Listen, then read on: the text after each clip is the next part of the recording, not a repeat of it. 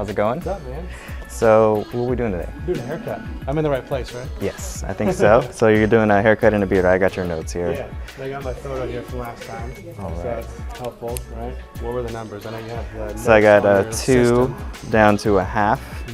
That looks pretty accurate. Perfect. Did you want to see that? What he's got there on the? That's what we're going for. That's what we're going for. And then you want a square neckline, right? You don't want it to be like tapered maybe all the way down in the back. Square a little bit more, kind of like with the razor in the back, just boom, boom, boom. And but this length is perfect, and then a hard part. Hard part. And okay. Crazy, right? And then the beard, 2.5 or 1.5, Yeah. 2.5, Yeah. 2.5 to 1.5. Right, and then what did you do last time? I think with the little patch in the beard, I think we were a little bit shorter. Like I think that was what, Christy, like what number was that? 1? Sounds good. We are doing a 2 down to a half. So I'm gonna start with the Gamma. These are my favorite clippers right now. And I'm gonna have the lever open all the way. Because this is a floating lever and this is like a stretch bracket, this is actually gonna be a little longer than a half, so I might end up closing it a little bit to make it closer, but we'll start with that. Couldn't have said it better myself. Right. And I'm actually gonna use a brush. Anytime I'm working with a less than a 2 guard or lower, I'm usually gonna use a brush, my hand. My tips are keep the eyes closed to keep the hair out of them. And that's pretty much it. Like, comment, subscribe. At least on my part. Enjoy the process. That's a good tip. Yeah. So I'm gonna stop here and show you what I'm doing. So you can tell me if you wanna go shorter. That's a half right there on that part. I think that's great. That's good? Okay. Yeah, perfect. So what I just did is called a test patch. Instead of doing the whole haircut, I just did right here. I stopped, I showed in the mirror because See if I you want to go longer or not. Yeah, and if it's too short, then you can at least limit the damage there. If it's not short enough, then you, rather than doing the whole haircut over again, you can just switch to another guard right there. So that's an efficiency tip. Good tip. I've never cut Jesse's hair before. I think I gave him a beard trim one time. It's generally not a good idea to cut somebody's hair for the first time on camera, so we'll see how it goes. It's gonna be great, man. I did want to point out earlier, Jesse, I think I forgot, but you know, with you going so short on your hair, this is essentially a half. We can square off your neckline, but you have the line down there is going to be very faint. So it's up to you. Like, we can still square or we can taper it. Doesn't really matter on my side. Either one, as long as there's like a nice line of some sort, you know? Okay, so you want to see a line? All right, Yeah, I'm not too picky on the shape. Okay. What do you think would look best for my head shape? Well, I think you can go with square. Let's do it. Because the tapered neckline makes, like for guys that have shorter necks, you know, it makes it look, it makes it look longer. Yeah. Sometimes if you taper it, so. Cool. Good advice. So I'm using my mirror now to make sure that I'm going to the same part of the head on both sides. Because it could be a beautiful haircut, but if one side's faded higher than the other, then it's not, you know, it's not going to be as beautiful as it could. So I use my mirror and I stand to the side. All right, so that step's done. I'm going to switch to my number 1. I'm going to start with the lever all the way open, and I'm starting where I stopped on the last step. That's another efficiency tip. I don't need to go all the way around over here. I'm just going to start right here since I'm already here. And ideally, I would have them right here, so I can just turn, but I wanted to see what, you know, wanted you to see what I was doing. So I got the lever open, and I'm just going up maybe about 1/2 inch.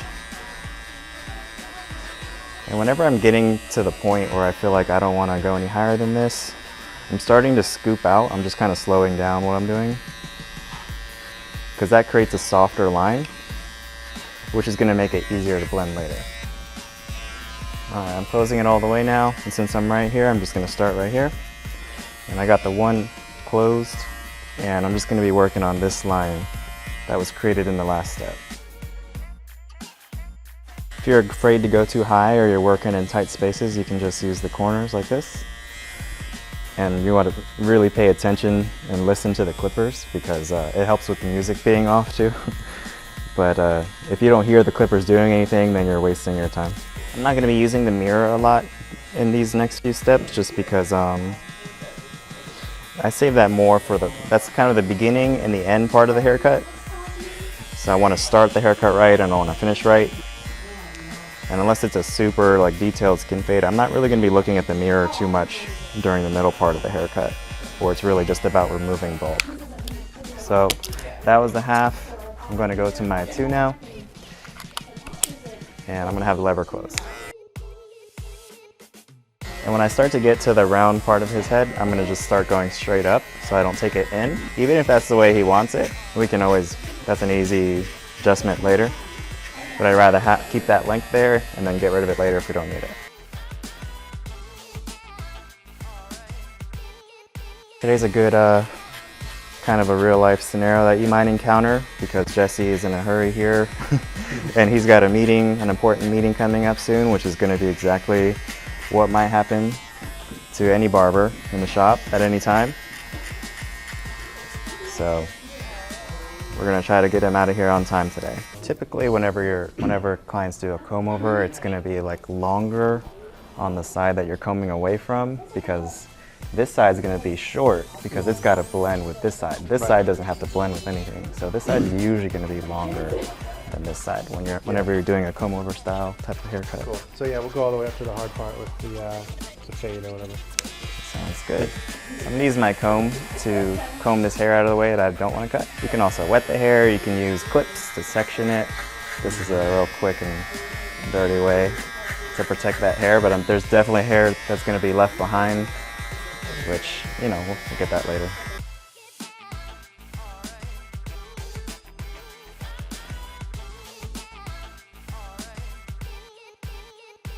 All right, so if you remember, we made this line with a 1 open, and this is a 2. There's almost always going to be a line between the 1 open and the 2, and that's where this 1.5 guard comes in. See that? And I'm just going to go in and probably just going to keep it closed, maybe start halfway open just to be safe, and see what that does. Because if you can see there's a little line there, so this should take that out, and if it doesn't, I'll go back to the number 1. So I don't hear it doing anything, so I'm going to close it. And I know all this is a 2, and this is a 1.5. So sometimes you just need to press down a little harder, and if you can hear that, sometimes you got the right guard on there, but you're just not pushing down hard enough.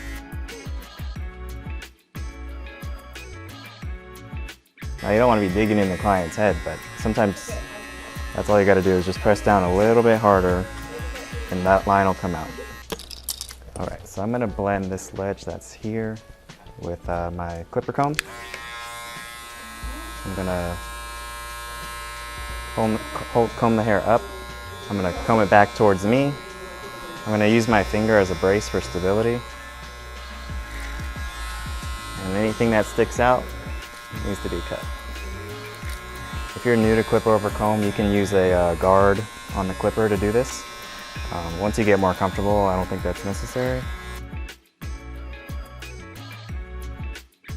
I never only rely on clipper over comb though. I think this is a good bulk removal technique, but I'm gonna go back probably with like a 2 or 3 to, because there's almost always missed hairs left behind after you do clipper over comb, because that comb is not good at picking up every single hair. So this is a 3. And this is really what's gonna help smooth that out. What did the notes say? Was it a 2.5 or what on the length? 2.5. The main length. I think we could do 2.5. Okay. Yeah. So that was a 3. And then it fades up to a what? 1? To a 1, or it's probably, yeah, a 1.5 or a 1 is gonna need to tie that in to the side there. So this is a 2. And then the 1 mustache, 1 patch thing below the lip. 1 on mustache, Christian 1 patch. on the patch there. Yeah. Okay. Does that have a technical term? Probably. Because a mustache has a technical term. You should know the technical term. I probably should. Yeah. Go ahead and leave a dislike real quick. Yeah. So this is a 2.5. So I got the 2 all the way open. Okay. And it'll be like a few millimeters shorter than the 3. Right. Probably not a noticeable difference, but it'll help last longer. Yeah. Whenever I'm doing a beard trim, I typically start, it depends on what the client wants, but I typically start blending it into the side around the bottom of the ear. That's kind of my guide. And I need to remember that for when I do it on the other side, so that way both sides are symmetrical. All right, so that was a 1.5. This is a 1 open.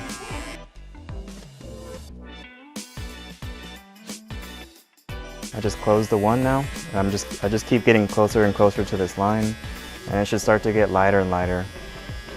And it's okay if you go too high with this step because this is a half, so it's not really going to do anything. Now I got my half guard back on here. I'm going to start open. I'm just working in this area right here to tie this in. I just closed it. And while you're here and you got the clipper guard on, if you see something here that you can touch up, I might as well. So before I go any further, does that side look okay? I think so, yeah. That looks great. Okay. It'll look great when you line it up too. Yes, yes it will. Length is good. Perfect. Yeah. So with the beard, you know, even though it's less efficient, I like to do one side, show them. That way, if they don't like it, I don't have to do the same thing on the other side again. So I'll do one side, finish it, show them. If they're happy with it, then I'll just repeat the steps on the other side. But back to my two. I'm gonna start open just to be safe. So I got the half back on here, starting halfway. You might find that this side goes a little bit faster because we already figured out how his hair blends on the other side. Now, this is something I learned rather recently, but normally I would go straight to the top and start cutting the top. But I noticed the other day when I was doing a haircut that I was lowering the chair, cutting the top, and then pumping it back up to do the trimmer work. So I was like, sometimes it's not, you don't have to cut anything out of your steps. You can just rearrange the order. So instead of going to the top, I started going straight to the trimmer work, and that cut out the whole step of having to raise and lower the chair. This is a #1 guard that we're using to shorten the patch. We're just gonna call it that for now. I'm sure there's a technical term. It's okay to let your barber know, by the way, like remind them like he just did. Like, your barber's probably got a lot of things going on. They might forget things. They also might get to it in the next step, but it can't hurt. It can't hurt to let them know. All right, so now we're getting to the trimmer work. I'm gonna turn him. And one of the things that helped me, like Jesse said, systems, I always start the trimmer work in the same spot every haircut, 99% of the time. So I typically start right here. So I start here at the bottom of the hairline, and I go up. And these are the Andes Slimline trimmers, Pro Ally trimmers. I don't use the moving blade to take off this hair because that usually causes irritation. The moving blade is not supposed to touch the client's skin, only the non-moving blade. This is the moving blade, this is the non-moving blade. And then I'm going to, and I start down here because when I first started learning to cut hair, I used to start up here. And then one day I just wasn't paying attention and I went way too far in.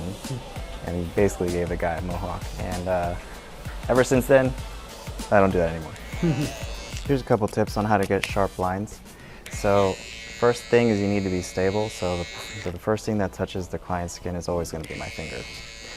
That's step one. Step two is you just gotta pay attention to the growth pattern and make sure you swipe the trimmer against the direction of the hair. So what that looks like is his hair's growing down, so it wouldn't really do much if I did this, right?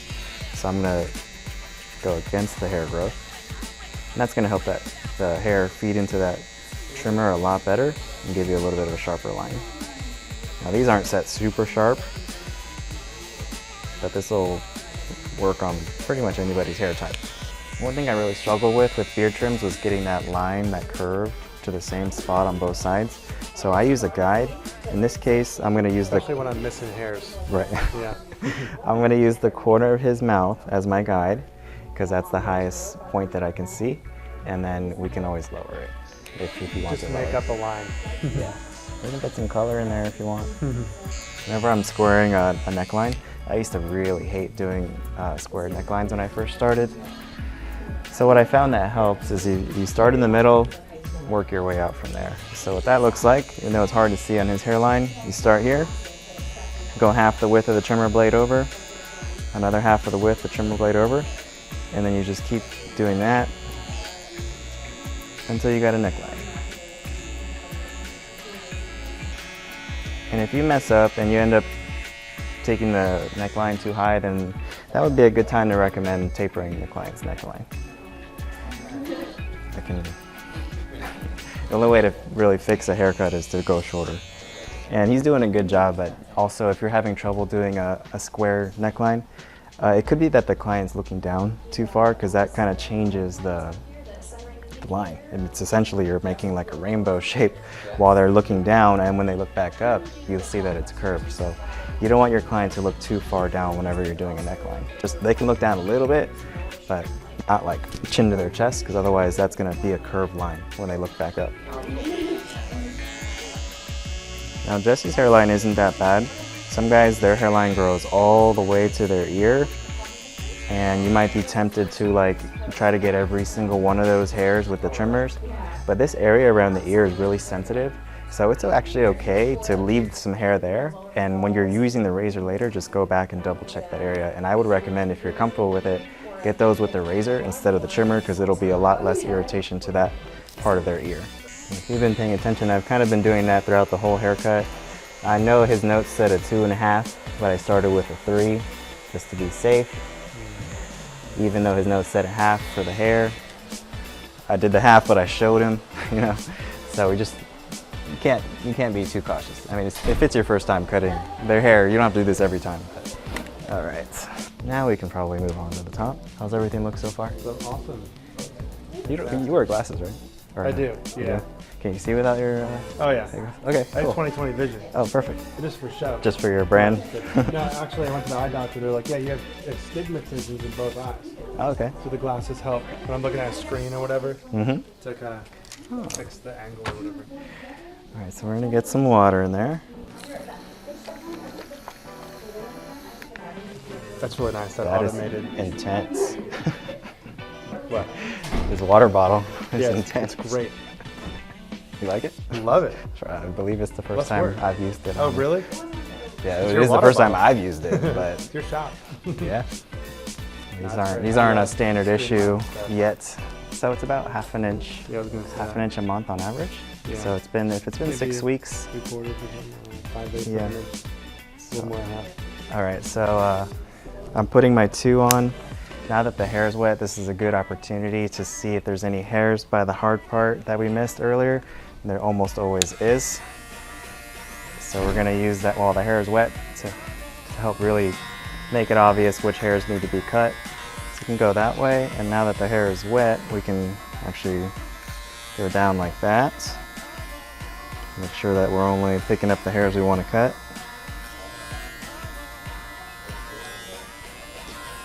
So I just cut it 2 different ways. I went up like this. I went down like this. And then you can also put the this line right on where the part would be. I mean, this part of the guard, and just kind of, like, it's what I call ride that line right down, just like this. And there's still gonna be hairs that we missed, but you know, we'll go back and we'll use the trimmers and the scissors and just make sure that no hairs are left behind. That's the goal. It's not really. I like to use so this comb has 2 different parts. I've been using this part for most of the haircut, but now that I really want to be careful of which hairs I don't want to cut, I'm using the fine teeth to pull that hair even more.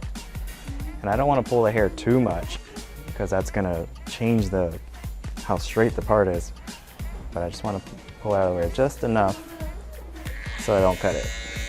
And then when I do the part, I'm not going to go towards that long hair when I make it, because that's actually going to end up over time shifting the part over and over again, because you're cutting those long hairs. So when I do the trimmer, I'm going to tap it and then go down towards me, because these hairs are short and it's going to keep that part where it is.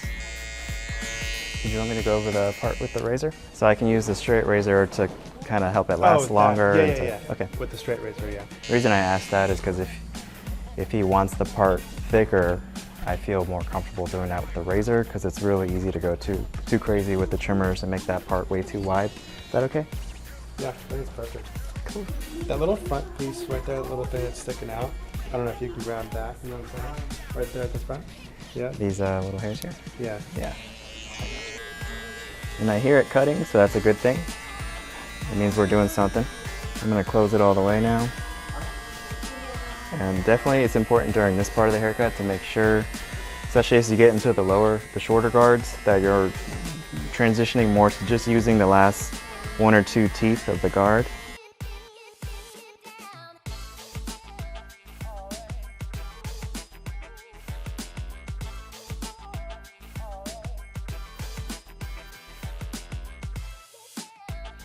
easier when people want the back part shorter than the front to stand to the side, because it really gives me a better visual of that transition between the front to the back.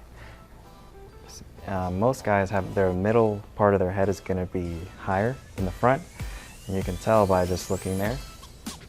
So even if the hair is exactly the same length, it might appear that it's longer on top and in the back. So, but we can fix that easily by just going shorter here.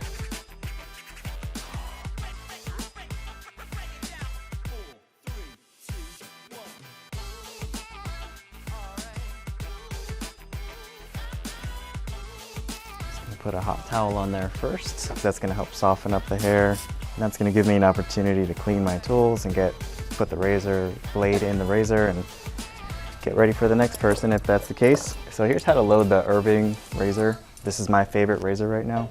So you take a blade, and these are the ones that we use, and you want to break it in half and then keep it in the package and rip it in half like that.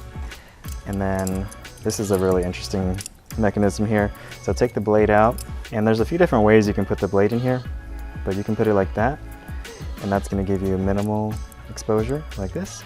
But I actually like to use the blade a little bit more exposed, so I'm actually going to do it like this, and that's going to extend the blade out a little bit more, and then you turn this to tighten it, and that's it. I'm feeling for bumps or moles or anything that I might want to avoid while I'm putting that on. I'm going to take my razor, so that's done. I'm going to put the headrest in there, get some shave gel on you. I like to have the top of the headrest like right in line with the shoulders. That's usually enough for them to lean back and stretch their neck if they need it. There you go, that comfortable? The shave gel, it might be a little cold, sorry about that. I set it on top of the warmer, so hopefully it's not like freezing cold. I'll put that on there. And I'm only putting it on areas that we intend to use the razor, which in this case, there's not a whole lot. Not a whole lot of areas that require a lot of shaving. If he was getting like just a goatee or like a chin strap or something, then that would be more, that would require more shave gel. Is that okay? Mm-hmm. Perfect. It's a good habit too to ask them if it's okay. Because if it's too hot, they'll let you know. All right. And while that's sitting on there is a good opportunity for me to use my time wisely and clean up and get ready for the next person. I like to use my paintbrush. I don't use this during the haircut because this is dirty, but we're pretty much done. So clean that off. When I'm shaving, at least when I start, my goal is to make an area, like a dry area, so that I can have a dry spot to put my thumb. That's what I'm doing right now. Plus I'm also getting all these like cheek hairs that most barbers miss. So that way when I go to do the line, I have a nice dry area where I can put my thumb. Because it's really hard to stretch that if that whole area is wet. When you don't stretch the skin and you're making the shave harder on yourself and you're increasing the likelihood you're going to cut them.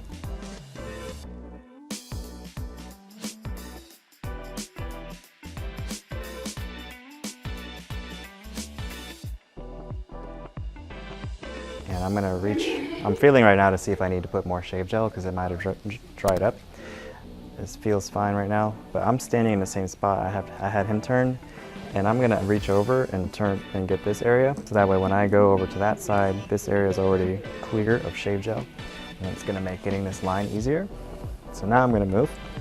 So I've done all I can do on that other side. This is also a good opportunity too to check the just clean these. I'd rather clean them again than miss some hairs.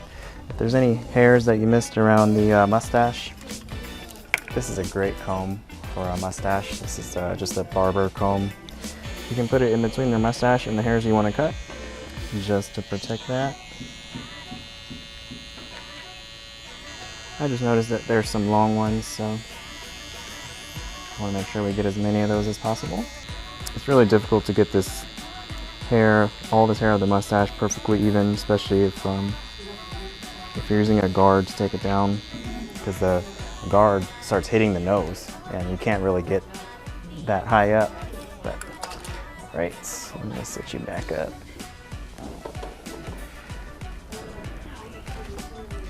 And then we're gonna do a little razor work right here, and then we should be good to go.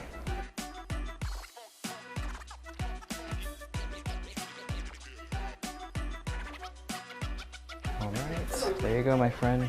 Everything look okay? I love it. Cool. We'll definitely give it a like. Like and I'll probably subscribe. subscribe too. Yeah, for sure. I might even comment. What's your channel's name? Jesse Lane. Jesse Lane. If you need any Construction, consulting on your entrepreneurship. construction That's business, it. That's what I do. hit up Jesse Lane. That's it. All right. I If you need a haircut, come to House of Shaves. That's right.